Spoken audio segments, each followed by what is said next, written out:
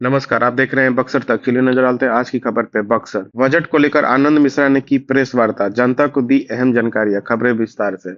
Buxar budget को लेकर आनंद मिश्रा ने शनिवार को एक प्रेस वार्ता संबोधित किया। इस दौरान उन्होंने बजट की प्रमुख बातों को मीडिया के सामने रखते हुए इसे जनहितकारी बताया। आनंद मिश्रा ने कहा कि इस बजट में आम जनता, किसानों, युवाओं और मध्य वर्ग के विशेष ध्यान रखा गया। उन्होंने शिक्षा, स्वास्थ्य और रोजगार से जुड़े प्रावधानों की सराहना करते हुए कहा कि इससे प्रदेश के विकास को नई दिशा मिलेगी। प्रेस वार्ता के दौरान उन्होंने विपक्ष पर निशाना साधते हुए कहा कि बेवजह बजट की आलोचना की जा रही है, जबकि जमीनी स्तर पर यह बजट लोगों की जरूरतों को पूरा करता है। अंत में उन्होंने मीडिया के सवालों का जवाब देते हुए कहा कि सरकार पारदर्शिता और विकास के संकल्प के साथ आगे बढ़ रही है। आइए देखते हैं उनकी प्रेस वार्ता। के द्वारा पेश किया गया और साथ ही फॉलोइंग में हमारे यहाँ पे बिहार का भी जो बजट पेश हुआ और किस तरह से एक समन्वय बनाया गया है यहाँ पे कि विकास और स्थायी विकास को लेके, तो इसी बात पे ये है कि मैं चाहता हूँ कि एक कागज का सहारा लूं ताकि मैं पूरी बात को सटीक तौर पर रख सकूं,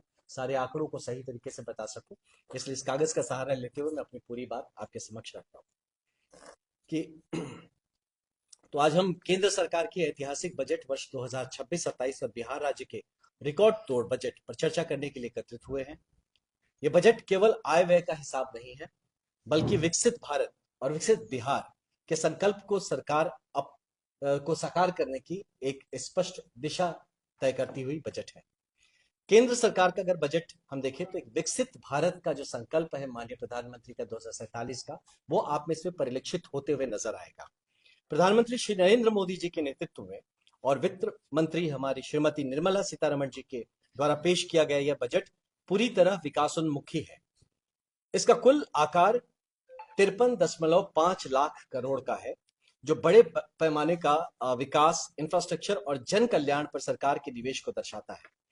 अर्थव्यवस्था की मजबूती का प्रमाण यह है कि पिछले वर्षों में भारत ने लगभग 7% की विकास दर बनाए रखी है। सबसे महत्वपूर्ण है पूंजीगत व्यय, जिसको हम कैपेक्स कहते हैं, कैपिटल एक्सपेंडिचर, अब बढ़कर 11.2 लाख करोड़ का हो गया है।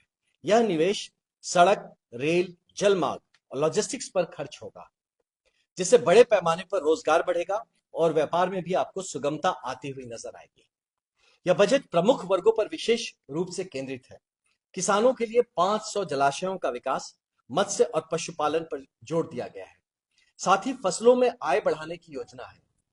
आपको जान की खुशी होगी कि एआई आधारित भारत विस्तार, इस कार्यक्रम के तहत किसानों को सही सलाह मिलेगा। युवाओं के लिए 1 लाख हेल्थ प्रोफेशनल तैयार करेंगे, 1.5 लाख केयर गिविंग ट्रेनिंग दी जाएगी और 15,000 स्कूलों में आप एवीजीसी लैब स्थापित करेंगे, जिसमें एआई और नई टेक्नोलॉजी पर फोकस बढ़ेगा। महिलाओं के सशक्तिकरण के लिए शी मार्ट योजना लाई जा रही है, जिससे स्वयं सहायता समूहों को सीधे बाजार मिलेगा। जैसे आप देखते हैं अमेजोन, फ्लिपकार्ट, इस तरह के जो पोर्टल्स होते हैं, उस हिसाब से उनको समूहों को सीधे बाजार मिलेगा और उनकी आय व आत्मनिर्भरता दोनों बढ़ेगी। हर जिले में गर्ल्स हॉस्टल बनेगा। एमएसएमई सेक्टर के लिए 10,000 करोड़ का विकास फंड, सरकारी खरीद में प्राथमिकता और सस्ता व तेज फाइनेंस सुनिश्चित किया गया है। स्वास्थ्य क्षेत्र में 17 कैंसर दवाओं पर ड्यूटी छूट दी गई है। 50% जिला अस्पतालों में ट्रॉमा सेंटर बनेंगे और 5 मेडिकल टूरिज्म हब विकसित किए जा रहे हैं देश में। नई टैक्स व्यवस्था के तहत आयकर कानून 2026 से लागू हो रहा है तथा विदेश यात्रा और शिक्षा पर अब टीसीएस को घटा के 2% किया गया है। निष्कर्षतः अगर देखें तो यह बजट गांव, गरीब, किसान, युवा, महिला और मध्य वर्ग को सबको ध्यान में रख के बनाया हुआ बजट है। अब इसी साथ हम बात कर रहे हैं बिहार का बजट, जो कि तेज विकास यात्रा का एक प्रमाण आपको इस बजट में नजर आएगा। बिहार की विकास गाथा परिवर्तनकारी है। 2005 में बिहार का बजट मात्र 23,000 करोड़ रुपए का था, जो डबल इंजन की सरकार ने इस वर्ष रिकॉर्ड तोड़ 3,47,500 करीब 90 करोड़ के बजट पेश किया है। यह पिछले वित्त वर्ष 2024-25 से देखेंगे, जो कि 3,16 लाख करोड़ के बजट था, इससे लगभग 10% अधिक का बजट है आपकी बात। 2005 की तुलना से करें तब तो ये 11 गुना बड़ा बजट है। आज बिहार 14% से ज्यादा के अनुमानित विकास दर से के साथ देश का सबसे तेजी से विकास होने वाले राज्यों में शामिल है। जिस तरह का 2005 से आप दुर्भाग्य जिस तरह से ठहर गया था विकास बिहार का, अभी उस स्पीड को जब बिहार ने पकड़ा है तो 14.9% की दर पे बढ़ता हुआ नजर आ रहा है। और इसमें लक्ष्य यह है कि बिहार को विकसित राज्यों की श्रेणी में लाना है और करीब 94 लाख गरीब परिवारों को सशक्त बनाना है। इस दिशा में चौथी कृषि रोड मैप 2023 से 28 को जारी किया गया है। 5 नए एक्सप्रेसवे भी बनाए जा रहे हैं, जिसमें कि बक्सर भी उससे टच हो रहा है, और गरीबों के लिए आवास की व्यवस्था की जा रही है।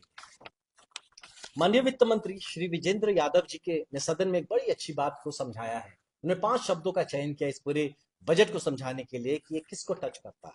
ज्ञान, ईमान, विज्ञान, अरमान और सम्मान के आधार पर बिहार का ये विकसित भारत का चालक बनने के लिए बिहार तैयार किया जा रहा है। अब ज्ञान की बात करें, शिक्षा की बात करें, तो शिक्षा एवं उच्च शिक्षा के लिए सबसे बड़ा आवंटन किया गया है। अब देखिए बिहार किस तरह से शिक्षा को प्राथमिकता दे रहा है, जहां 68,216.95 करोड़ आवंटन किया गया है। इसमें नए विद्यालय, कॉलेज, विश्वविद्यालय, डिजिटल शिक्षा, स्मार्ट क्लास, छात्रवृत्ति और हर पंचायत में मॉडल स्कूल शामिल है। ये मुझे पर्सनली बड़ा सही लगा। हर पंचायत में जो मॉडल स्कूल की एक परिकल्पना है, ये बहुत आगे लेके सरकारी शिक्षा को बहुत आगे लेके जाएगा। ईमान की जब बात करते हैं, सुशासन की बात करते हैं, जिसमें हमारे शासन में पारदर्शिता, भ्रष्टाचार पर नियंत्रण, ऑनलाइन सेवाओं की विस्तार और ई गवर्नेंस को बढ़ावा देने की प्राथमिकता दी जा रही है। तीसरा, विज्ञान की जब बात करते हैं, तकनीकी सेवाओं का और नवाचार का, जिसको हम इनोवेशन कहते हैं। इसमें आईटी सेक्टर, स्टार्टअप्स और अनुसंधान संस्थानों को प्रोत्साहन दिया जा रहा है। Semiconductor manufacturing park, global capability centre, mega tech city technology और फिनटेक सिटी मतलब फाइनेंशियल टेक्नोलॉजी सिटी स्थापित करने की दिशा में भी कदम बढ़ाए जा रहे हैं। बात आए अरमान की, तो अरमान जो हमारे युवाओं के हैं, रोजगार से रिलेटेड जो सपनों की बात है, बिहार का जो सपना है, उसके लिए रोजगार सृजन पे काम किया जाएगा। कौशल विकास पे स्पेशल ध्यान दिया जा रहा है। स्वरोजगार पर फोकस है। यहाँ सब नौकरी की बात हम लोग करते हैं, यहाँ स्वरोजगार पर फोकस है। हर कमिश्नरी में हब एंड स्पोक मॉडल के तहत मेगा स्किल सेंटर स्थापित किए जा रहे हैं। समृद्ध उद्योग सशक्त बिहार, इस नारे को ध्यान में लेते हुए बंद चीनी मिलों को फिर से चालू किया जा रहा है। नई चीनी मिलें जो है उनको भी स्थापित करने के लिए सरकार आगे बढ़ रही है। सम्मान की जब बात करते हैं इस हम अपने बिहार के बजट में, जो सामाजिक न्याय, महिला सशक्तिकरण, इसमें आरक्षण, सहायता योजनाएं शामिल है। सामाजिक न्याय और कमजोर वर्गों के उत्थान को प्राथमिकता दी गई है। जो भी आने वाले मैं आपको जब नंबर्स बताऊंगा तो आपको उसमें ये परिलक्षित होता हुआ नजर आएगा। महत्वपूर्ण कुछ घोषणाएं हैं और विभागीय आवंटन है, इसके बारे में आप देखें तो जितनी बातें हमने कही उसमें आपको साफ साफ नजर आएगा। स्वास्थ्य सुविधाओं के तहत पीएमसीएच को पहले चरण में 1100 बेड के लिए तैयार किया जा रहा है, ताकि इतने रेफरल जब मैटर्स कहे जाते हैं, बेड नहीं मिलता, हर आदमी को अलग से पैरवी करनी पड़ती है। इसके लिए बहुत बड़ा ये एक मतलब ये बहुत बड़ा रिलीफ होगा हमारे लोगों के लिए। साथ ही पूर्णिया, बेतिया, समस्तीपुर, मधेपुरा और सारण के बाद अब 10 अन्य जिलों में मेडिकल कॉलेज खोले जाएंगे, जिसमें एक अपना बक्सर भी है। सुरक्षा के लिए डिफेंस कॉरिडोर का निर्माण की दिशा में भी कार्य किया जा रहा है, जिसमें आपको जान के खुशी होगी कि बक्सर के लिए एक ऑर्डिनेंस फैक्ट्री प्रस्तावित है, कि एक ऑर्डिनेंस फैक्ट्री हमारे बक्सर में भी आएगा।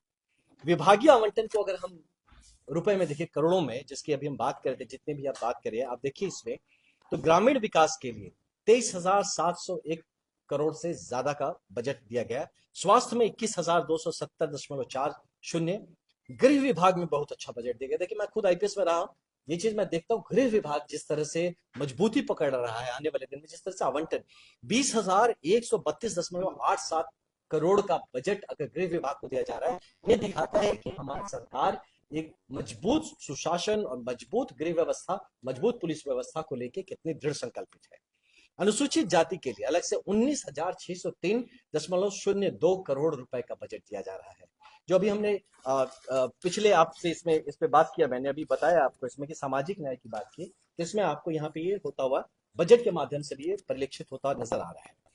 साथ ही आप देखिए तो ऊर्जा के लिए 18,737.06, जहां पे कहते थे बिजली की बात होती थी कि भाई बिजली आती नहीं, अब बिजली जाती नहीं, तो इसको और बेहतरीन करने के लिए आप 18,737.60 करोड़ रुपए का बजट आवंटन किया गया है। सड़क निर्माण देखिए, तेजी से जिस तरह से सड़क का निर्माण हो रहा है, उसका रख रखाव जो जीर्ण हो रहा है उनको बेहतरी करने के लिए, जो नेटवर्क बन रहा है, जो एक्सप्रेसवेज का हो रहा है, जो नए रोड्स बन रहे हैं, कनेक्टिंग रोड बन रहे हैं, विलेज रोड्स पे काम हो रहा है, इस पे 18,716.97 करोड़ रुपए का बजट। This is phenomenal. जहां सोचिए 23,000 रुपए में पूरा बजट ही खत्म हो जाता था, यहाँ 18,716.97 करोड़ रुपए सिर्फ सड़क के लिए दिया जा रहा है ना। और कल्याणकारी जो विभाग है उसमें 13,202.38 करोड़ रुपए का बजट आवंटन किया गया है। अनुसूचित जनजाति के हमारे जो साथी हैं, हमारे जो सिटीजन्स हैं हमारे, उनके लिए भी अलग से 1,648.42